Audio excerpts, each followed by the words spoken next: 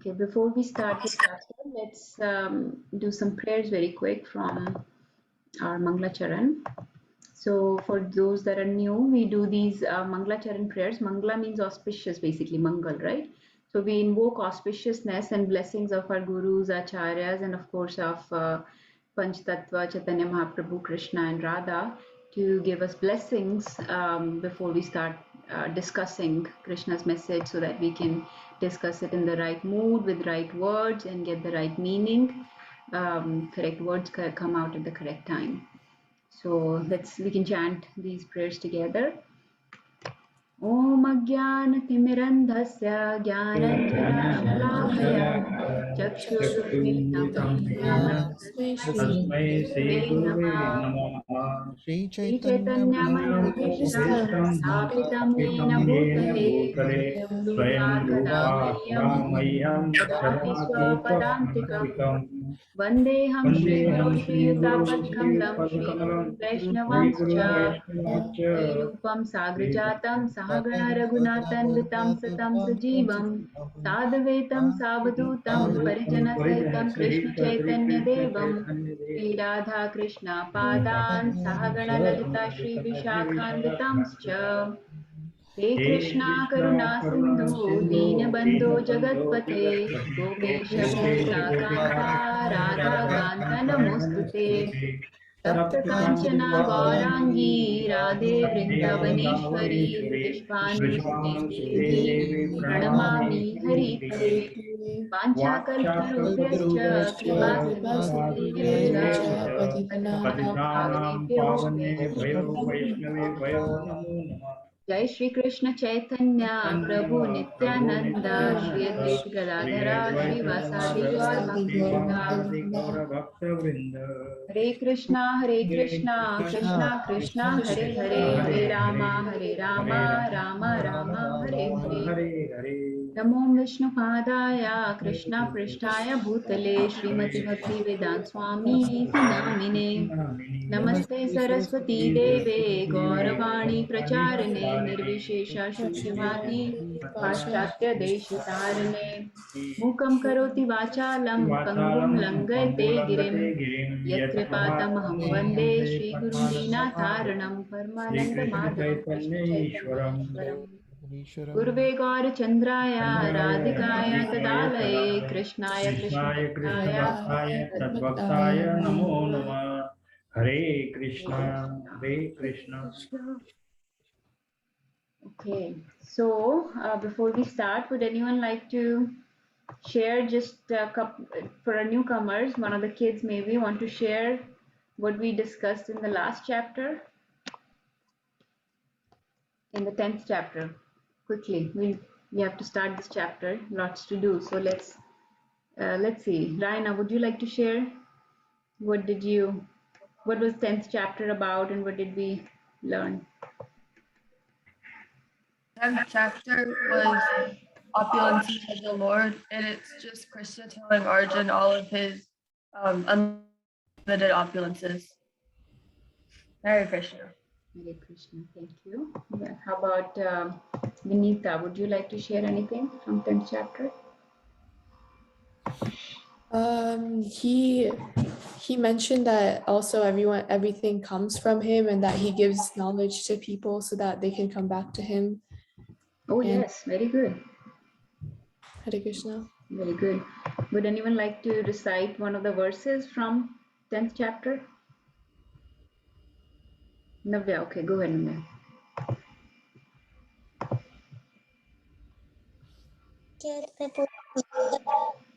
Prema-dorshitamev va tattadeva gacchātvam mam tejo vamsha sambhavam. Can you tell the meaning also, Navya? This means that out of all of his influences, the ones in the material were, this is just a spark of all his opulences. Very good. Thank you. Okay, anybody else wants to share? Did Athar remember one of the verses? Yes, Athar remembers, right? Where did he go? He just went. Athar, I'll call him. Meanwhile, Vinita can recite whatever she. Okay, yes, Vinita, go ahead, recite something. Uh, Yes, Vinita. Teshamevanukampartham ahama jnanacham tama nashnami atma bhavasto jnanadipena bhasvata. Very good. Very good. So this was, you know the number and meaning? Yeah, this was 10.11, and it said that he comes in everyone's heart with the shining lamp of knowledge to erase the darkness born of ignorance. Okay. Very good. Very good. Okay. So yes, 10th chapter was called Opulences of the Absolute, right? Krishna is called the absolute truth, right? Everything else in this world, in this material world, is relative, but Krishna is absolute. So from Krishna comes so many things. This is another way to understand. From Krishna comes so many things, right? But he always stays the whole, the complete, right? He always stays absolute. He does not get diminished, even though so many things come from him, right? So he says, so two important aspects of the 10th chapter were, one was the Chaturshloki Bhagavad Gita, where there were four important verses that Krishna gave. Those four Chaturshloki Bhagavad Gita from 10.8 to 11 were the sar of the whole Bhagavad Gita. He says that if you show me some surrender, show me some devotion, if you talk about me, hear about me, glorify me, I will give you the knowledge by which you can come back to me. I will give you my special mercy by which you can come back to me. And that is the beauty of Bhagavad Gita. Almost every few verses, Krishna gives us the path by which we can go back to him, which tells us that the goal of life is to go back to him. The goal of human life is to go back to him, and Krishna has given us that knowledge in Bhagavad Gita, how to go back to him, right? So that was one aspect. Then right after Chaturshloki Bhagavad Gita, Arjun has this moment where he says, oh, Krishna, so you're not just my cousin, you're not just my friend, you're not just my charioteer, you are also the supreme personality of Godhead. Param Brahma, Param Dhama, Pavitram, Paramam Bhavan. Huh? You are the Param Dham, Param, you are the goal of life. Huh? Param Brahma. You are the supreme Brahman, that absolute truth everybody talks about. Purusham Shashvatam Divyam Adi Devam Ajam Vibhum. That you are the unborn, eternal, Adi Dev. You are the source of all demigods and all devas, Adi to all devas, Adi Dev. Ajam Vibhum. Vibhum means very all pervasive, who's expanded everywhere. No end, no beginning to you. And you are Purusham. You are the personality. You are a person. Purusham Shashvatam Divyam. So he has this movement, and I've heard about this from other people. I've heard this from Ved Vyas, I've heard this from Narad Muni, I've heard Dev Rishi, I've heard Asit Rishi, Devla Rishi. Everybody says this about you, but now you are confirming this to me, that you are the supreme personality of Godhead. So that was one aspect of chapter 10. And once he realizes that Krishna is the supreme person, he says, okay, then tell me about all your opulences. You must be full of so many wonderful qualities. And you say that everything comes from me, right? Aham sarvasya prabhuvo matta sarvam pravartate. That everything comes from you. So tell me all about those wonderful qualities. Tell me everything. It's like we meet this celebrity, right? We meet this person that we are always looking for, longing for. We had a strong desire to meet this person. We were very attracted to them all our life. And suddenly that person comes in front of us. Now we don't want to talk, we want to hear from them. We want to hear everything about them. We want to know them in great intimate details, because our understanding of them was wrong so far, and they are actually a completely different person. Imagine a celebrity that you meet. You only understand what they show on TV about them, about the movies they do. But then when you meet in person, you realize this is a completely different person. This is full of so many different qualities that I knew nothing about. They have a food that they like, they have songs that they like, things like that. So you want to know everything about them. That is how now Arjuna is, tell me everything about you. And that is why this chapter is called Opulences of the Absolute, because Krishna started telling him about all his opulences. And he says things like, I am among the rivers, I'm Ganga, among the uh, uh, immovable things, I'm Meru mountain, among the demons, I'm Pralad, among the Rakshasas, I'm Kuber, among the Nagas, I am Anant Shesh, right? Among the serpents, I'm Vasuki. So many things he says, right? He gives his, among the weapons, I'm thunderbolt. So many opulences he gives. So basically, I'm the best among everything. Among Pandavas, I'm Arjun, right? So many opulences he lists. And then at the end, he says, but Navya mentioned that shloka nicely. But why do you need to know all these opulences, O Arjuna? Because everything is nothing but a spark of my splendor. This is just a little spark of my infinite glories. How, like, he cannot stand there and tell all his infinite and unlimited glory. So this is just a spark of my glories. And that's where he ends this chapter, right? So that was just a summary of 10th chapter. Yes, Anita Mataji, you're sharing? Athar want to recite the sloka that he has remembered. Athar, go ahead.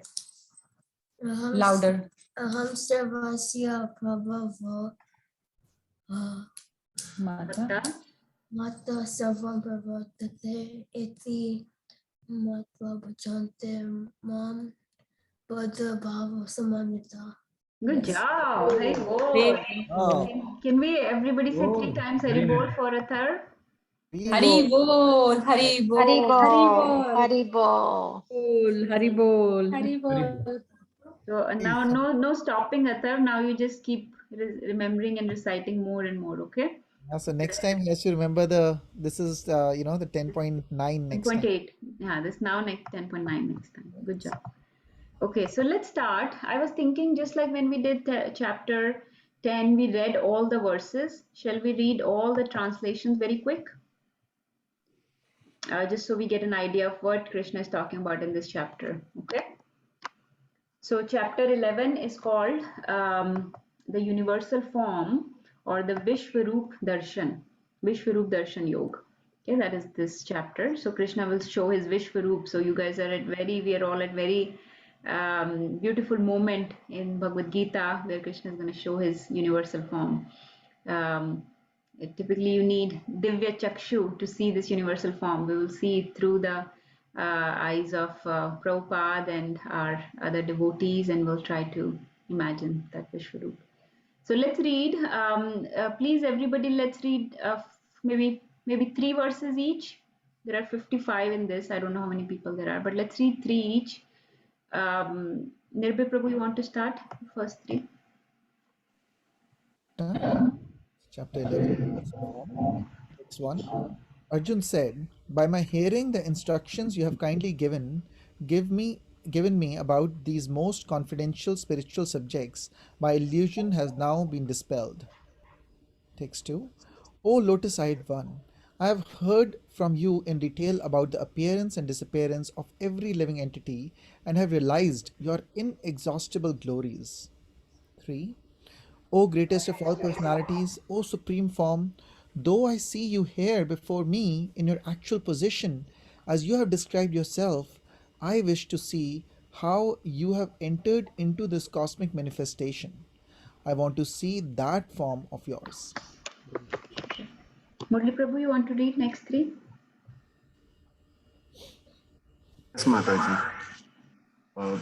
Text 4. If you think that I am able to behold your cosmic form, O my Lord, O Master of all mystic power, then kindly show me that unlimited universal self. Text 5. The Supreme Personality of Godhead said, "My dear Arjuna, O son of Partha, see now my opulences, hundreds of thousands of very divine and multicolored forms." Text 6. O best of the Bharatas, see here the different manifestations of Adityas, Vasus, Rudras, Ashwini Kumaras, and all the other demigods. Behold the many wonderful things which no one has ever seen or heard of before. Hare Krishna. Hare Krishna. Lalita Mataji, you want to read? It's not here at the moment. Oh, okay. Who was Nana Prabhuji? Would you like to read?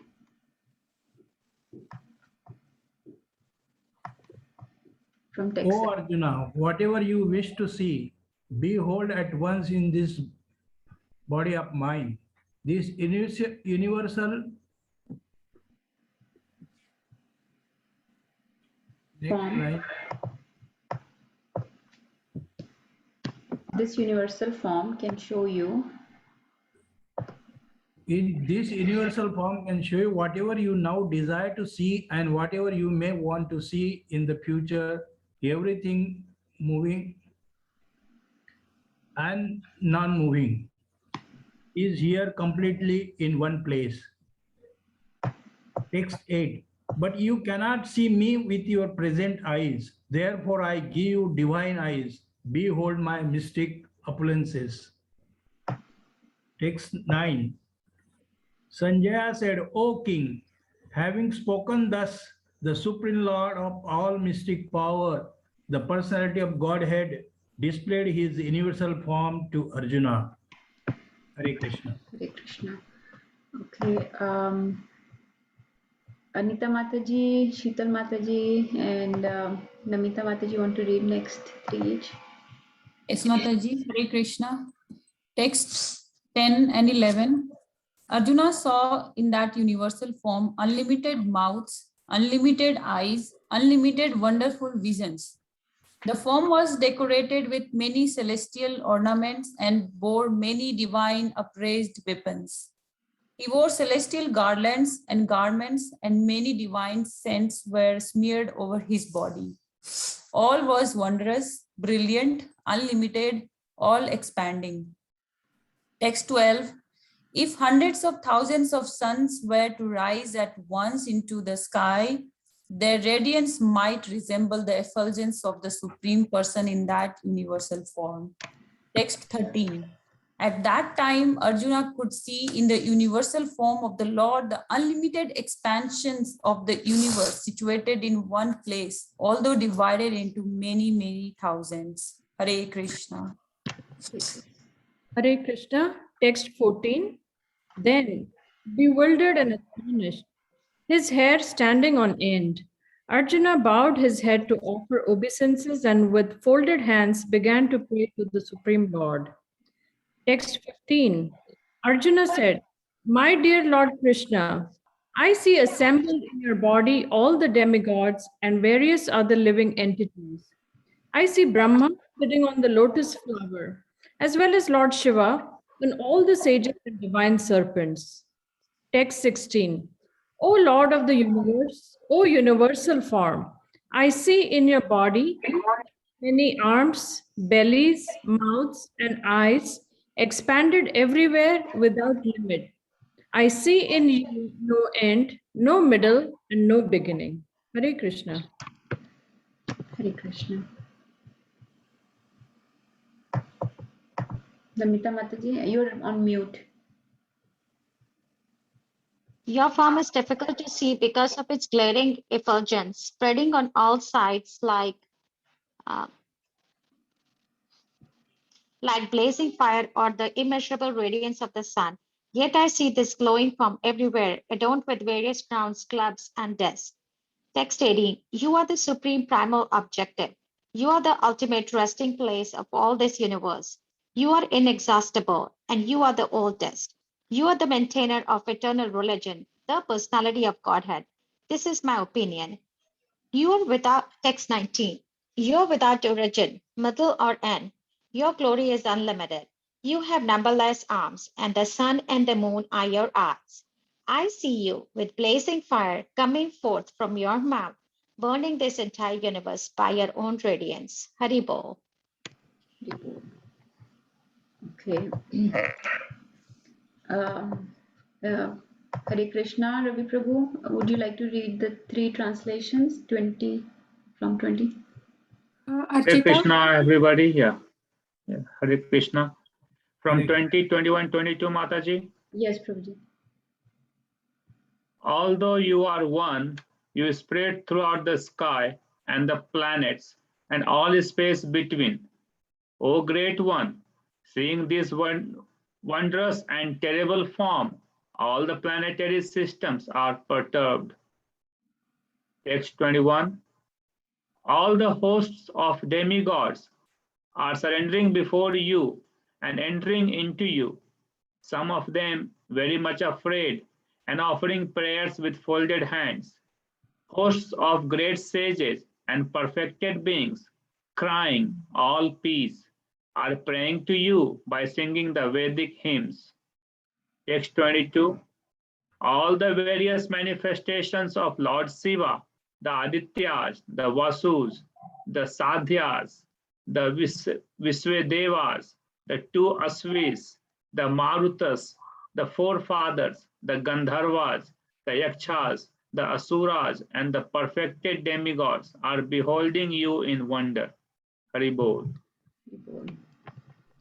Richa Mataji, would you like to read next three? Yes. O mighty armed one, all the planets with their demigods are disturbed at seeing your great form, with its many faces, eyes, arms, thighs, legs, and bellies, and your many terrible teeth. And as they are disturbed, so am I. Text 24. O all-pervading Vishnu, seeing you with your many radiant colors touching the sky, your gaping mouths, and your great glowing eyes, my mind is perturbed by fear. I can no longer maintain my steadiness or equilibrium of mind. Text 25. O Lord of Lords, O refuge of the worlds, please be gracious to me. I cannot keep my balance saying thus, your blazing death-like faces and awful teeth in all directions, I am bewildered. Hare Krishna. Hare Krishna. Archita Mataji, you want to read next three? Hare Krishna. All the sons of Dhritarashtra, along with their allied kings, and Bhishma, Drona, Karna, and our chief soldiers also, are rushing into your fearful mouth, and some I see trapped with heads smashed between your teeth. Text 28. As the many waves of the river flow into the ocean, so do these great warriors enter blazing into your mouth. Text 29. I see all people rushing full speed into your mouths as moths dash to destruction in a blazing fire. Hare Krishna. Hare Krishna. Okay. Puja Mataji, Manisha Mataji, you want to start? Yes, Mata Krishna. O Vishnu, I see you devouring all people from all sides with your flaming mouths, covering all the universe with your effulgence. You are manifest with terrible scorching rays. O Lord of Lords, so fierce of form, please tell me who you are. I offer my obeisances unto you. Please be gracious to me. You are the primal Lord. I want to know about you, for I do not know what your mission is. Text 32. The Supreme Personality of Godhead said, Time I am the great destroyer of the worlds, and I have come here to destroy all people, with the exception of you, the Pandavas. All the soldiers here on both sides will be slain. Hare Krishna. Hare Krishna, text 33. Therefore, get up, prepare to fight and win glory, conquer your enemies, and enjoy flourishing kingdom.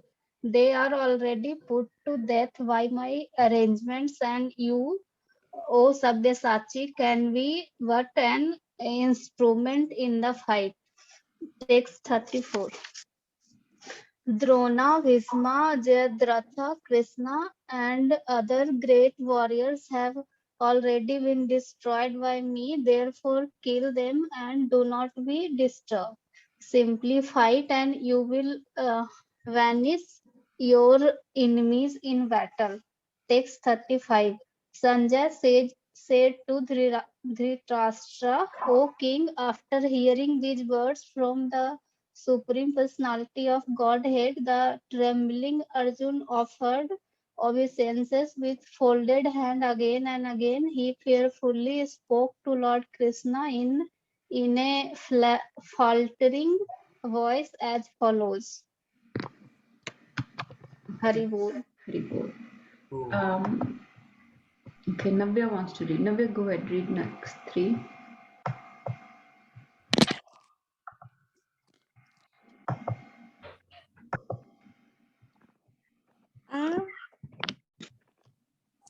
Oh, O Master of the senses, the world becomes joyful upon hearing your name, and thus everyone becomes attached to you. Although they are perfected beings, offer you their respectful homage. The demons are afraid and they flee here and there. All this is rightly done.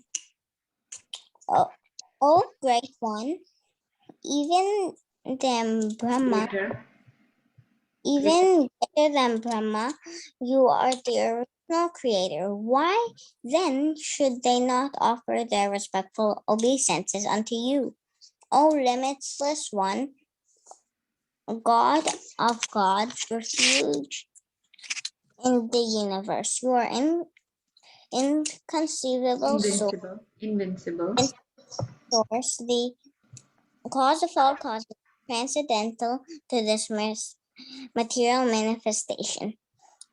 You are the original personality of Godhead, the oldest, the unlimited Ultimate century. sanctuary of this manifested cosmic world. You are the knower of everything, and you are the knowable. You are the supreme refuge of all the material modes, all limitless form. The whole cosmic manifestation is pervaded by you. Okay. Athar or Mataji is trying to read. Yes, Mataji, Athar, go ahead. Text 39 onwards. You are air and you are the supreme controller. You are fire, you are water, and you are the moon. You are Brahma, the first living creature, and you are the great grandfather. I therefore offer my respectful obeisances unto you 1,000 times, again and yet again. Text 40. Obeisances to you from the front, from the behind, and from all sides. O unbounded power, you are the master of limitless might. You are all pervading, and thus you are everything. Thinking of you as my friend, I have rashly addressed you, O Krishna, O Yadava, O my friend, not knowing your glories. Please forgive me whatever I may have done in madness or in love. I have dishonored you many times, jesting as we relaxed, lay on the same bed, or sat or ate together. Sometimes alone and sometimes in front of many friends. Oh, infallible one, please excuse me for all of those offenses. Hare Krishna. Hare Krishna. Okay, Avni wants to read.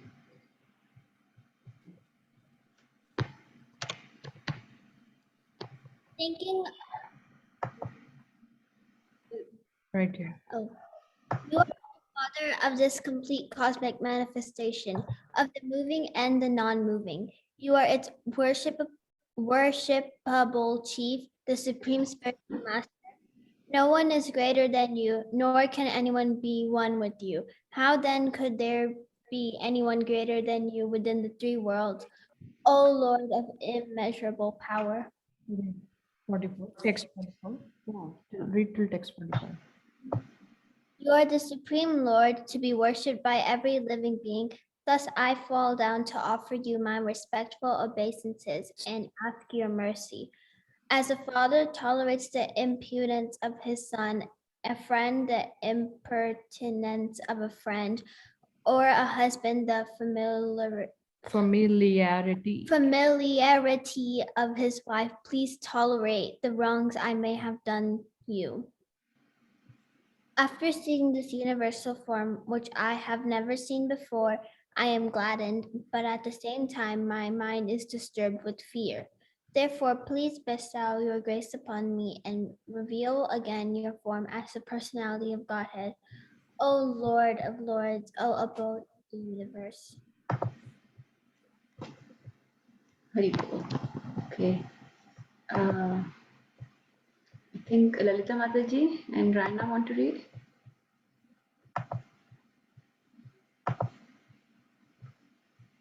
Text 46. O universal form, O thousand-armed Lord, I wish to see you in your four-armed form, with helmeted head and with club, wheel, conch, and lotus flower in your hand. I long to see you in that form. Text 47. The Supreme Personality of Godhead said, My dear Arjuna, happily have I shown you by my internal potency this supreme universal form within the material world. No one before you has ever seen this primal form, unlimited and full of glaring effulgence. Text 48.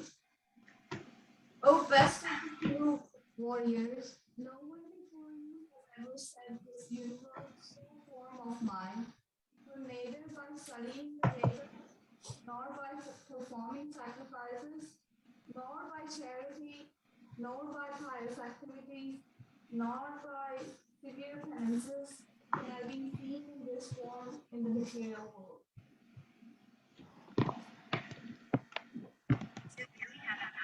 Hare Krishna, you have been perturbed and bewildered by seeing this horrible feature of mine. Now let it be finished. My devotee, be free again from all disturbances. With a peaceful mind, you can now see the form you desire. Text 50. Sanjay said to Dhritarashtra, the Supreme Personality of Godhead, Krishna, having spoken thus to Arjun, displayed his real four-armed form and at last showed his two-armed form, thus encouraging the field for Arjuna. When Arjuna thus saw Krishna in his original form, he said, O Janardana, seeing this human-like form so very beautiful, I am now composed in mind and I am restored to my original nature. Hare Krishna. Hare Krishna. Okay. Who is Priya Mataji? Would you like to read next three? Yes, Mataji. When Arjuna saw Krishna in his original form, he said, O Janardana, seeing this human-like form so very beautiful, I am... Sorry. Mataji, read 52. Just finish everything. Read all the four. The Supreme Personality of Godhead said, My dear Arjuna, this form of mine you are now seeing is very difficult to behold. Even the demigods are ever seeking the opportunity to see this form which is so dear. Text 53. The form you are seeing with your transcendental eyes cannot be understood simply by studying the Vedas, nor by undergoing serious penances, nor by charity, nor by worship. It is not by these means that one can see me as I am. Hare Krishna. Anyone wants to read last two? Wasn't read. I can read. Mataji. Yes, ma'am. Text 54. My dear Arjuna, only by undivided devotional service can I be understood as I am, standing before you, and can thus be seen directly. Only in this way can you enter into the mysteries of my understanding. Text 55. My dear Arjuna, he who engages in my pure devotional service, free from the contamination of fruitive activities and mental speculation, he who works for me, who makes me the supreme goal of his life, and who is friendly to every living being, he certainly comes to me. Hare Krishna. Hare Krishna. Thank you everybody for reading. Congratulations, we read the whole chapter, whole translation. So you know what is coming, at least that way people are excited about reading. In this chapter, this last shloka that Mataji just read, 11.55, is worth memorizing. Actually, very detailed purports are given on this shloka. Prabhupada has also given the longest purport on this shloka.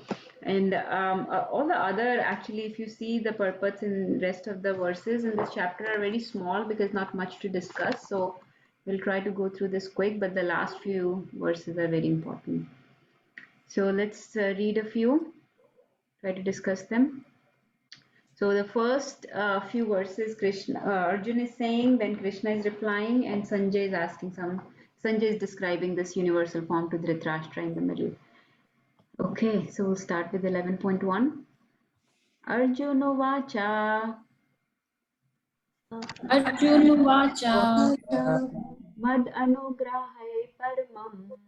Mad Mad anugrahaya paramam Guhyam adhyatma samgitam. guhyam adhyatma Adhyatmatam sanjitam sangitam Yatveyoktam vachastena. yatayuktam vachastena vachastena Moho ayam vigato mama. Mohoyam mohoyam vigato mama. Translation. Arjun said, by my hearing the instructions you have kindly given me about these most confidential spiritual subjects, my illusion has now been dispelled. Right? So he says that my moh is gone. So he has heard all these opulences from Krishna. He has heard all these unlimited opulences that Krishna has, vibhutis. And he says that my illusion is gone. Right? That is what happens when we hear the glories, the pastimes, the qualities of Krishna. That is why we have to keep hearing. He's hearing from Krishna himself, but we should hear from other devotees or read on our own from Prabhupada's books. Reading from Prabhupada's books is just as good as hearing, because we are hearing from a pure devotee of the Lord, right? So when you hear about these vibhutis, these opulences, glories, pastimes of Krishna, our illusion will also be gone. And he says, Mad Anugrahya Paramam, that by your favor, it's not like Krishna will tell his opulences to any Tom, Dick, and Harry. He's giving these, he's sharing all these qualities of himself to Arjuna because Arjuna has submissively requested to hear from him, right? Arjun, in the second chapter, if you remember 2.7, Karpanya Dosho Pahata Swabhava, right? That shloka signifies how Arjun very submissively surrendered to Krishna and accepted Krishna as a spiritual master. That I'm completely bewildered, I'm completely under the mode of ignorance right now, and please help me overcome this illusion of mine. Right? And after hearing all this time, finally in submissive mood, he's come to the conclusion that you are the Supreme Personality of Godhead and that my illusion is now gone by your instructions, right? So that is our mood. We should hear from the Guru in submissive, not challenging tone, not arrogant, or like if he asked from Krishna or if anybody asked from their Guru in challenging, arrogant, or proud mood, the Guru is not obliged to share any knowledge with you. The Krishna is not obliged to share any of his qualities or pastimes with you. You can stay ignorant, right? So we have to approach in a submissive, um, very humble mood, full of humility, right? That I submit to you and I surrender to you and you teach me the knowledge. Then only the illusion will be gone.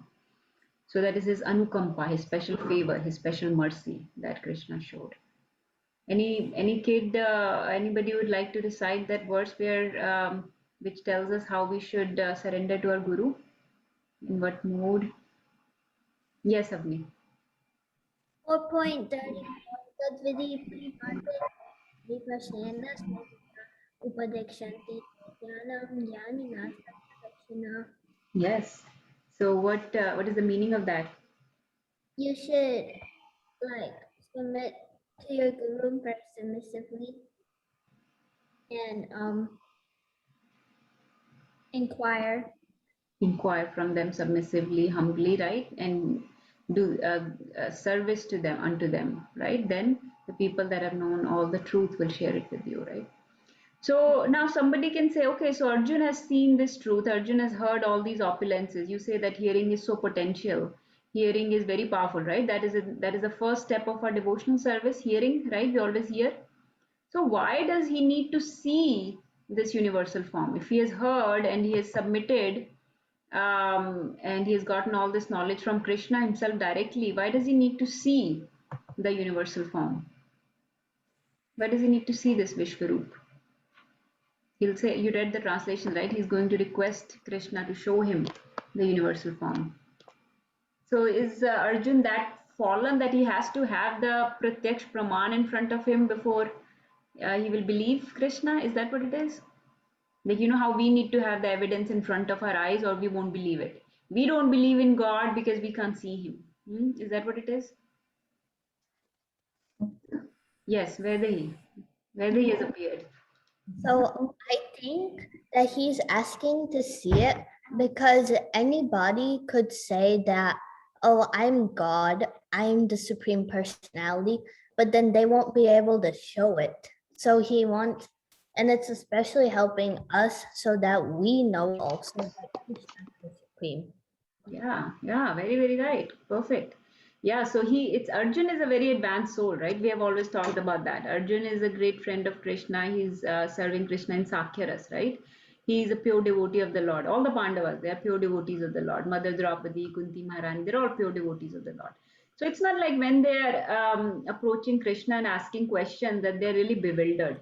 This bewilderment, this confusion that Arjuna is now having is Krishna has arranged it in such a way that he's put into this illusion, into this bewilderment for our benefit, for the benefit of common man. For ages to come, those question and answers will be repeated, right? It's like interviewer who's interviewing another person, and he says, "Okay, can you show this? Can you show me how you play this violin, or can you show me those dance moves?" Not that we're trying to prove to anybody, we are just showing it to the other people who will not believe unless they see, right? It's for common men because common men, they are not advanced souls, they are not austere like Arjun. They cannot, and Arjun entered into Swarga with his material body, right? He remember he fought with Lord Shiva and pleased him, right? Can any normal person do that? So he's a very, very advanced soul, right? He how he could, how great he was in his Dhanurvidya, right? So he was a very, very exceptional, he's the original Nar of the Nar and Narayan duo, right? Nar and Narayan Rishi, he's the Nar. So he is just put into this bewilderment for our purpose. And so when he's asking to see the Vishwarupa, he's also doing that for our purpose. So that in future, in Kali Yuga, Kali Yuga is around the corner, Kali Yuga is coming in a few hundred years. So when Kali Yuga comes, there will be many people who will pose themselves as God or God men. They'll say, I am God, right? And so when the time comes, you can also ask such a person that, okay, can you show me your universal form? That's what Krishna did. And if they cannot, they may be able to memorize the whole Bhagavad Gita. They may be by Krishna's mercy, they may be so intelligent that they can memorize the whole Bhagavad Gita and say all the verses, 700 verses. Doesn't mean that they are God. Doesn't mean that they can show their universal form or have all the opulences.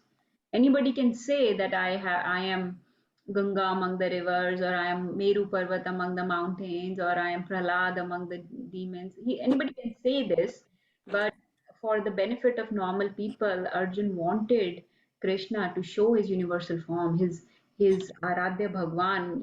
Should not, nobody should think that this is Bhagwan. He wanted to prove this to other people. He's not under any illusion, but he's saying this for the benefit of other people. So that is the purpose of showing this universal form, right? So in purport also Prabhupada says, in order to establish Krishna's divinity for all, he is requesting Krishna in this chapter to show his universal form. Okay, is that clear? We'll do the next one, 11.2. Bhavapyayo hi bhutanam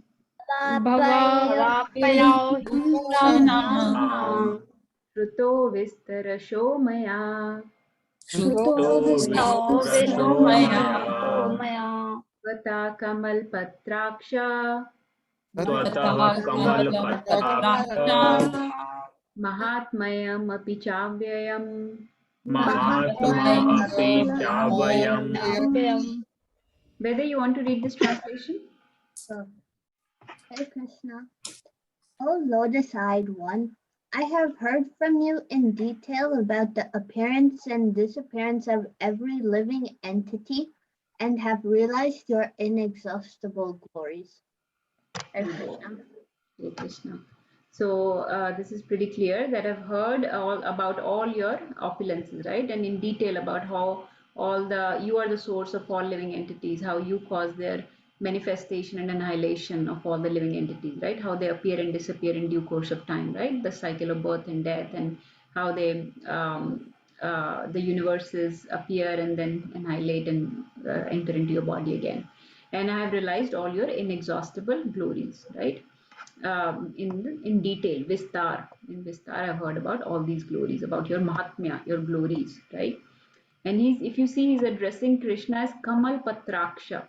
Kamal Patraksha means, Kamal means lotus, Patra means petal, so lotus petal, eye, Aksha means eye.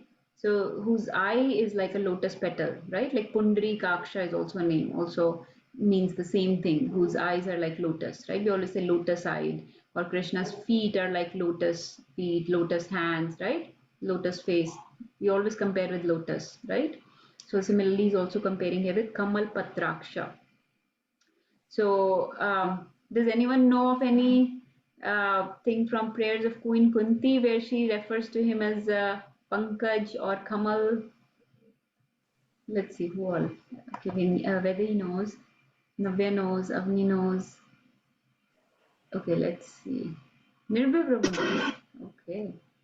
Okay, let's hear from Vedahi. She hasn't recited yet. Nama Pankaj Nabhaya, Nama Pankaj Madine, Nama Pankaj Netraya, Namaste Pankajangre. Right, so this is the prayers of Queen Kunti, right? Mother Kunti is a pure devotee of the Lord. She's glorifying Krishna by comparing all his various features to lotus. Pankaj means lotus, right? So what does that verse mean, Vedhi? Nama Pankaj Nabhaya means, I think the belly, yeah, lotus belly. Then Nama Pankaj Netraya is the lotus eye. Nama Pankaj Netraya, Nama Pankaj Maline, I forgot that one. I think that one is the neck. The mala, the garland. The garland. Garland. Lotus garland. And then Nama Pankaj Jangre is the legs. The limbs, yeah. Okay, so she's comparing everything to lotus, right? So the reason we compare so much to lotus is because really it is very difficult to compare something that is very beautiful and something very spiritual and divine to something material, right? We only have material things to compare with. So like we say, oh, moon-like face or sun-like effulgence or flower-like beautiful, right? So among the flowers, lotus, actually lotus, not on the material world, but in the spiritual sky, the lotus that is described does not exist here. So the lotus flower that Brahmaji sits on, it's not really the lotus of this world. It's a spiritual flower which does not actually even exist in this world. But it has such pure beauty, like the pinkish color of the lotus. And actually, Krishna is sometimes compared to the bluish lotus flower. Because his color is bluish, right? But the palms of Krishna's hands and the soles of his feet are reddish, right? Like the red lotus flower. So everything can be compared to lotus. And it is such an outwardly transcendental beauty that we have nothing in this no comparison in this world. And sometimes it is devotees describe that when you glorify Krishna or Radharani, right, those glories go up to the Vaikuntha, and Jai Vijay stop them at the door, and they say and they evaluate, what are these people writing poetry about? What kind of comparisons these are? This is not acceptable. But Krishna and Radharani will say, no, they don't have anything better to compare with. This is their frame of reference, and in their frame of reference, this is the best they have. So we'll accept it. So the comparison with Pankaj or Kamal, Pundari or is acceptable to Krishna. So that is why a lot of times we compare with them. So that is straightforward. He's just saying that I've heard about you in detail, right? And before he said that you have given me all this adhyatmic knowledge, this param guhyam, this see paramam guhyam. Remember param guhyam. Guhyam means confidential knowledge or secret spiritual knowledge. Adhyat means spiritual. So you've given me all this. By your mercy, I have understood all this confidential spiritual knowledge. And then he says, I understand how the living entities appear and disappear, and I have understood your inexhaustible akshay or avyay, inexhaustible glories. Okay, is that okay? Anybody has any questions? Basically, Arjun is just confirming what he has. He's telling Krishna again, like you learn something from your guru, and then you tell, okay, so far I've learned this, this, this. That's what he's just confirming all the things that I've learned to Krishna. 11.3 Evam etad yatha tatha tvam Evam etad yatha tatha tvam Atmanam Parameshwara Atmanam Parameshwara Drashtum Ichchami Te Rupam Drashtum Ichchami Te Rupam Aishwaram Purushottama Aishwaram Purushottama. Okay, anybody wants to read translation? Pooja Mataji, want to read? Yes, Mataji. O greatest of all personalities, O supreme form, thou I see you here before me in your actual position as you have described yourself. I wish to see how you have entered into this cosmic manifestation. I want to see that form of yours. Right. So here he is requesting Krishna to show him that form. What he's saying? What is he saying? That he's saying he's calling him Purushottam. He's actually Param Purushottam Bhagwan, right? He's the best among all Purushas. Purusha typically refers to enjoyer. Purush and Prakriti, right? Purush means enjoyer, and Prakriti typically means enjoyed. So the supreme enjoyer, right, is Krishna. So he's the Param Purushottam Bhagwan, who is full of all opulences and the only enjoyer. So he says, I've heard of everything. Now I want to actually see how you have entered into this cosmic manifestation, right? Krishna says that I enter into this cosmic manifestation, right? I support everything. Everything is resting upon me. Everything comes from me. I am the basis of everything. He kept saying that in last few chapters. So tell me, how do you enter into this cosmic manifestation? I want to see that form of yours. So this form where he enters into this material universe is called the universal form or the Vishwaroop. Okay? Another Queen Kunti prayer says, right? Namaste Purusham Tvadyam Ishwaram Prakrite Param Alakshayam Sarva Bhutanam Antarbahiravastitam. That so in every line she says something very nice. Namaste Purusham Tvadyam, that you are the person that I'm paying obeisances to. Ishwaram Prakrite Param, you are the supreme lord of this nature, right? You are the Ishwar, the supreme controller. Param, supreme. Ishwaram Prakriti. Alakshayam Sarva Bhutanam. You're invisible to all living entities. Alakshayam, right? He's invisible to all living entities. Antar Bahiravastitam, that you are inside and outside. He's inside us, yet we cannot see him. He's outside of us in this cosmic manifestation, yet we cannot see him. So Arjun is saying, you are alakshayam, you are invisible to all living entities, but I want to see you.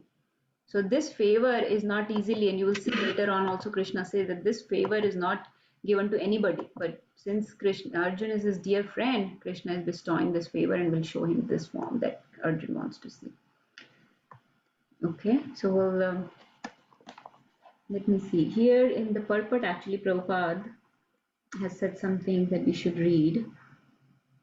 Ravi Prabhu, would you like to read this part? Maybe till here. This part. Hare Krishna. The Lord said that because he entered into the material universe by his personal representation, the cosmic manifestation has been made possible and is going on. Now, as far as Arjuna is concerned, he is inspired by the statements of Krishna. But in order to convince others in the future who may think that Krishna is an ordinary person, Arjuna desires to see him actually in his universal form, to see how he is acting from within the universe, although he is apart from it. Apart from.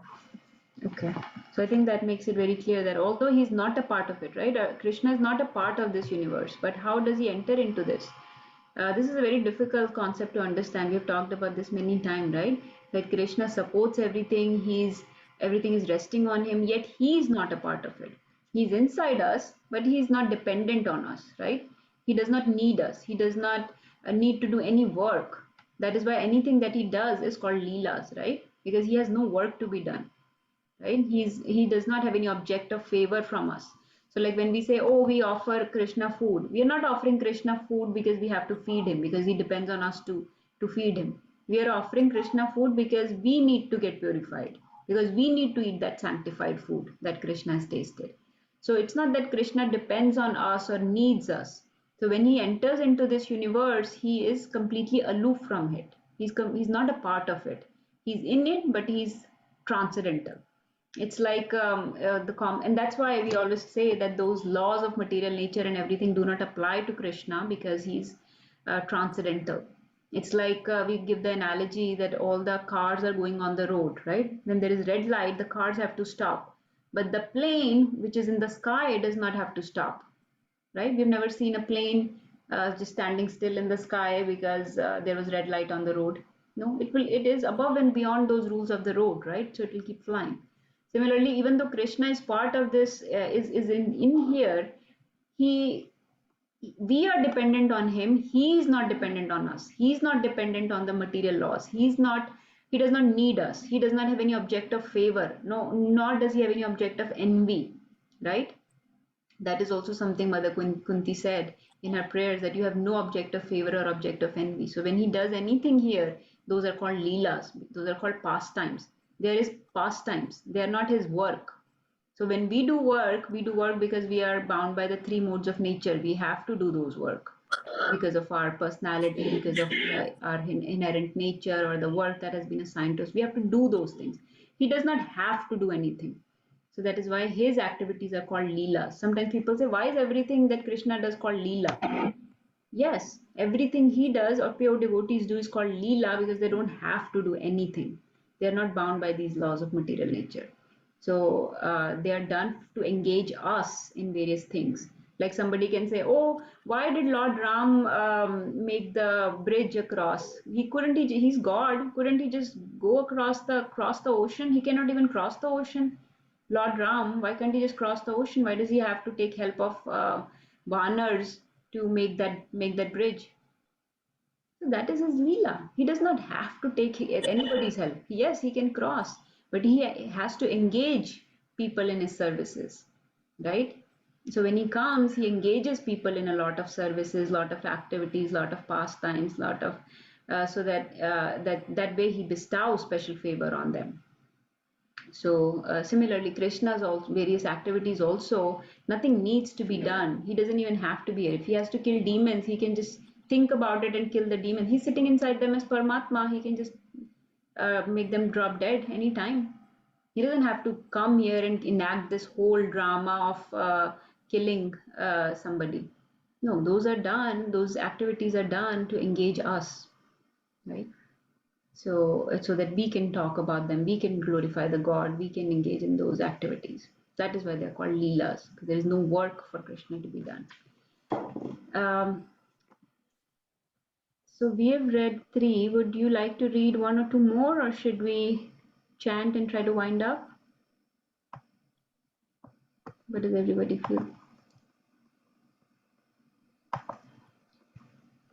Let me see if Arjuna is let's read 1 more maybe, because I think Arjuna is still talking in this one. Okay, 11.4.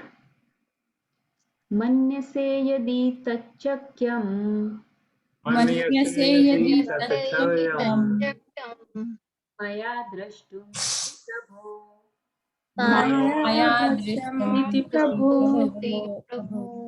Yogeshwar ततो मे त्वम् Yogeshwaraya Yogeshwaraya Tasmai Twam Tvam Darshatmanamavyayam. Darshanatmanam Avyayam. Darshanam. Namita Mataji, want to read this translation? Sure. If you think I'm able to behold your cosmic form, O my Lord, O Master of all mystic power, then kindly show me that unlimited universal self. Hare Krishna. Hare Krishna. So here Arjun is very humbly asking Krishna that do you think I'm capable of beholding this cosmic form, right? So basically, I'm asking you to reveal this wonderful, astonishing universal form to me by which you enter into this material manifestation. But he understands that this form may be too much for him to behold. So in a very submissive way, he's asking, do you think he's not being arrogant and proud at all? Somebody like Arjuna could be very easily very arrogant, very proud, but he's being very humble. You think I can behold it, this cosmic form? And this is our mood when we are seeking knowledge from gurus also, right? That is why certain knowledge is revealed to us in certain time, because we may not be capable of doing it yet. So we may need to purify ourselves more. We may need to develop some basic understanding before we can get to the advanced knowledge. And so that should be the mood of asking. Forget spiritual knowledge, even in material knowledge, this is how it is, right? You always start from A, B, C, and then you go to more advanced. You do some basic maths, 1 plus 2, before you do like the advanced calculus, right? Those difficult equations that you solve. Because if one doesn't know the basic knowledge, advanced knowledge may be too difficult to hold, and you may reject it. You may not be ready for it. You may think it is too complicated or too bewildering and give it up. So in this way, a guru knows how much their disciple can take before they're given, right? That much knowledge. Like Prabhupada would always, he knew that these hippies, they needed to be purified first. They are so much given to drugs and illicit relationships and those things that first they need to purify all of this. So he said that his initial requirement was just follow the 4 regulative principles. That's all I want. That is my basic minimum requirement. So just eat prasadam. He just started purifying them by feeding them prasadam. He just started purifying them by doing kirtan with them for hours and hours. And then slowly he started sharing. The Bhagavad Gita knowledge is too advanced for you. Just start purifying a little bit. When you come into a little bit mode of goodness, then we can start sharing Bhagavad Gita knowledge. So in this way, he purified them, starting from the basics of ABC, right? Association, reading, and chanting. So I think we can, if you're okay, we can stop here, and then next verse Krishna will start talking. In this purport, Prabhupada is saying every living entity is only a spiritual spark, therefore it is not possible to see or understand the Supreme Lord. Arjun as a devotee does not depend on his speculative strength, he admits his limitations as a living entity and acknowledges Krishna's inestimable position. Because we are Anu, Krishna is Vibhu. So if Anu Atma is trying to understand the Paramatma or the Vibhu Atma, it will be very hard. Because we are just a limited spirit spark, and Krishna is unlimited in all directions without any beginning or end, eternal. So how can something so small understand something so big? So Arjun understands that is the limitation. So do you think can I overcome that limitation and see your form? Okay, does anyone have any questions? Our